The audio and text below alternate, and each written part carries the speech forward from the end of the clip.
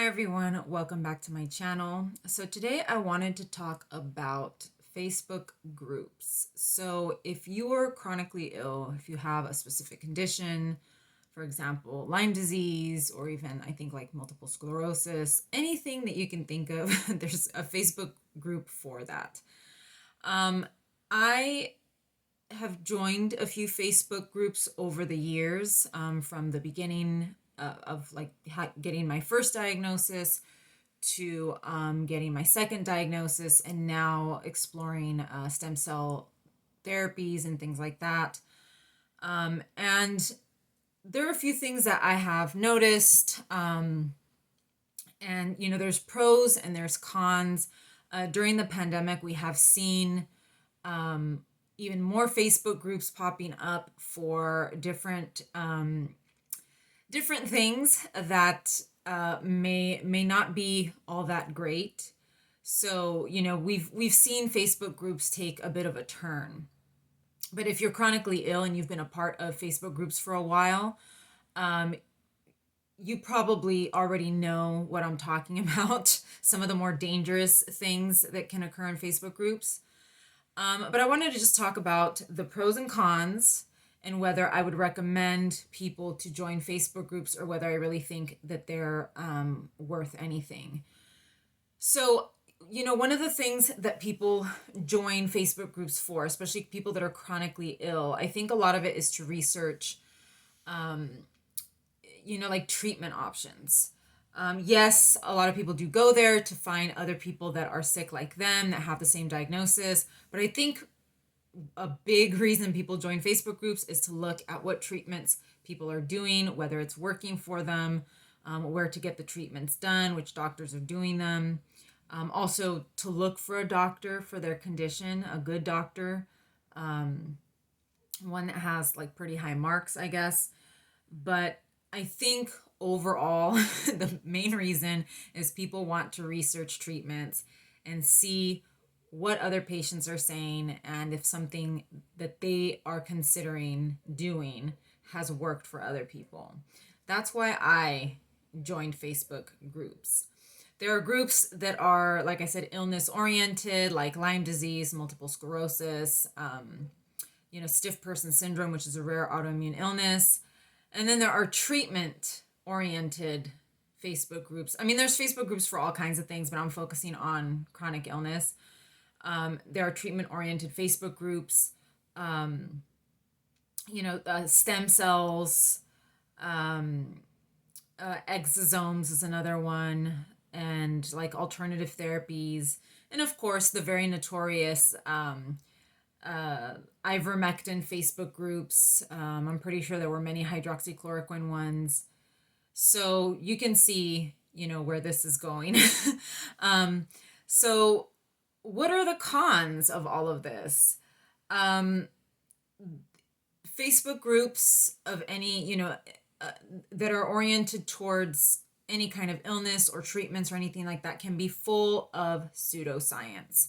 You're going to go down a black hole of questionable treatments, things that are just flat out lies, placebo effects. There are going to be people that are like, oh, this worked really great for me. It could probably just be a placebo. And yes, some very, very dangerous treatments like ivermectin, hydroxychloroquine, and all of that. And as we know, Facebook has not done much to regulate. There are people that complain about censorship and that Facebook is blocking certain things. But to be quite honest, I would rather have Facebook sort of be overly cautious than not be cautious enough when it comes to, regulating what people are sharing in regards to alternative treatments or medical treatments, medications, things like that. Because it's dangerous. It is very, very dangerous. And we've seen the consequences of that in the last couple of years. A lot of people have seen the consequences of that in the last couple of years, but some of us that have been in illness related Facebook groups for a while have seen just people doing all kinds of crazy stuff, going in there, talking to other people, asking where they can, go to a different country and get, antibiotics so that they can self-treat a condition that they were diagnosed with that doctors don't want to treat here. And it can lead to some very dangerous consequences. This is not a new phenomenon. It's been around for a while, but there's just more people engaging in it now because of the pandemic.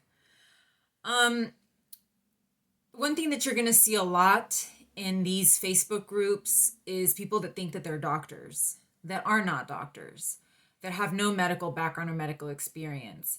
And I've said this in another video of people that are armchair MDs or people that are self diagnosing. I don't care how well versed you are in your own illness, you still need an MD on your team.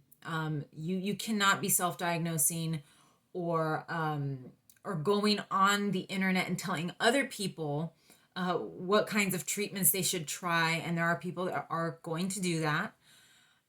What treatments have worked for you and all of that. That's where I think it becomes dangerous, because just because something worked for you doesn't mean it's going to work for someone else. There can be a placebo effect, but just, everybody is different.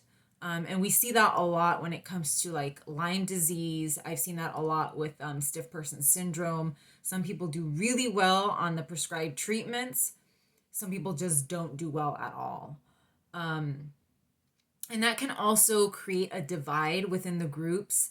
And I've noticed this not just in Facebook groups, but in support groups, in-person support groups, particularly with Lyme disease, where if you are someone that did not respond to long-term antibiotic treatment, you just aren't part of the club anymore. And so you're sort of kind of pushed to the side. People don't really want you as part of the group. They consider you the outlier, even though a large percentage of people with Lyme disease do not respond to antibiotic treatment, long-term antibiotic treatment, which is sort of the, what a lot of people consider to be the gold standard for Lyme disease. And so you will see that people are not going to be as helpful to you. They're not going to respond to your posts. They're going to ignore you. I think group moderators can even limit your posts so that people can't see them or can't respond to them. I'm not 100% sure about that, but I'm pretty sure that that's a feature. And that can be really scary. For me, it was very scary early on when I was not getting better and I was asking for help. And I would see that nobody wanted to respond to my posts. And that's because, a lot of these groups, they form kind of like these cliques, an in-group and an out-group. Those that respond to treatment are sort of accepted as part of the group, and those that don't are seen as outliers. And so they're kind of pushed to the edge until they actually leave. So I don't really participate in a lot of these Facebook groups. I am part of many Facebook groups, but I do limit my participation because it can be very traumatic. It can be very stressful, very traumatic. I feel like I've had meltdowns because nobody was responding to my posts, nobody was helping. And now that I look back, it's like, well, yeah, because, I don't know. I just have always been different than the group. I'm not into pseudoscience. I'm not into all these alternative treatments. And I think sometimes when they see that you're not like them, they don't want to engage with you. They want to engage with people that are like them, that are trying all these weird alternative things. I don't know, because it just feels, people don't want to feel wrong about what they're doing to their own bodies. They want to feel right. They want to feel like I'm on the right path here. And unfortunately, most of these people, I will tell you, are not on the right path. So yeah, I would not take medical advice from non-medical professionals. I would, it's like I said, it's a toss-up when you ask a question if you're going to get responses and if people are even going to care. A lot of people are just very one-sided. They're there to get help for themselves, not to offer help to anybody else, just like in-person support groups. It's something that I found very, very common. And so you stop feeling a sense of community and you start feeling very alienated, which is even worse because it's bad enough that you're suffering with a chronic condition, but having to feel alienated in a group of people that all have the same illness as you, it just feels, so much worse. There's another thing that I've noticed. And again, you have to check each group's guidelines, and their guidelines can be super long, and you don't want to read through all of that. But sometimes you might want to check to see who they allow in the group or not. Sometimes they do allow doctors or clinics. For example, I have been recently looking into stem cells, exosomes. So I've joined a few groups regarding stem cell therapy and exosome therapy. And I've seen like doctors posting in there, like stem cell doctors or stem cell clinics posting in the groups, which I think is a little bit weird. But depending on the guidelines of the group, there may be stem cell clinics or doctors that can join the group. And so sometimes you'll see them respond when their clinic is mentioned, or if somebody's looking for a specific treatment, if they're saying, oh, I'm looking for, stem cell therapy for joint pain or arthritis, suddenly you'll see a response from a clinic that's like, oh, we do that, DM us for more information. And I think that's a little bit sketchy because, you want to just be among patients. I mean, there could be groups that are just specifically for doctors if you want to go, talk to them. But for them to be letting somebody into the group that has a financial interest and is targeting patients, I think is kind of questionable. And I have seen that. So that's something that you really have to pay attention to. If they're allowing clinics, doctors, or any other kind of, alternative medicine practitioners into the group, because they're definitely they're getting business. They're trying to get business from the group. Along with that, I have seen in some of these, I've seen it in stem cell, in some of the stem cell groups, these long posts. I think I've seen it like maybe once or twice, but I imagine it's more common than what I imagine or than what I've seen. These long posts talking about their experience with stem cell therapy. And it's kind of vague because I kind of glanced over it and I was like, it does not sound real. But somebody's saying that they had such a great experience and it was really good. And it just, it almost like a very well written testimonial of their experience with stem cells seems a little too well written and a little too well thought out to be something that just anybody is putting on this Facebook group. So I do have, and again, I can't verify this. I'm not like like a social media mastermind here, but I'm willing to bet that there are clinics or doctors or just people that work for these clinics that are going in there posing as patients and putting these glowing testimonials that they received treatment. And again, I haven't seen this a lot, and they're sort of, I don't want to say that they're vague, but you don't really know who's posting it. It seems almost like just some random person in the group posting this glowing, it worked for me. I don't know if they mention a specific clinic. I can't remember if they did mention a specific clinic, but obviously they really don't have to mention one clinic, because if they give a glowing testimonial, eventually people will seek out a clinic thinking, oh, this works, right? Or they'll DM that person, they'll message them and they'll say, oh my God, where did you go? And then they'll message them back and give them the name of the clinic. And I think that's kind of the purpose of these types of posts. It's kind of like catfishing. It's like almost a different variation of catfishing. Like, I'm giving you this image that this is something that's going to cure you and make you feel better. And you're going to want to DM me to find out. And again, these groups are full of desperate patients that are very sick, that are in pain. And it's like going fishing. These people are going to go in there. They're going to fish for patients to come into their clinics. And like I said, they don't even have to mention the clinic, because there's so many desperate people in here that they will themselves reach out and say, oh my God, where did you go? So, and it's very difficult to really distinguish it, because, I was reading it, and a lot of things on Facebook, I hate to say this, a lot of things on Facebook are very difficult to tell that they aren't real. There are things I've seen on Twitter, entire profiles of people that I've communicated with, and I actually have talked about this in another video, that these fake accounts are very, very difficult to identify because it's typically a real person behind it. And again, if you're desperate, if you're sick, if you have neurological issues, your judgment is impaired, and they know that, and they are going to prey on you. So, I my basic thinking, my basic opinion, and I am part of several Facebook groups, um, is you need to have a doctor, a trusted physician, a physician that may be open to alternative treatments, but you need to have a doctor in real life that can guide you through this process and that can distinguish what is legitimate from what is not. And I know a lot of times we just don't want to trust our doctors because we haven't gotten better.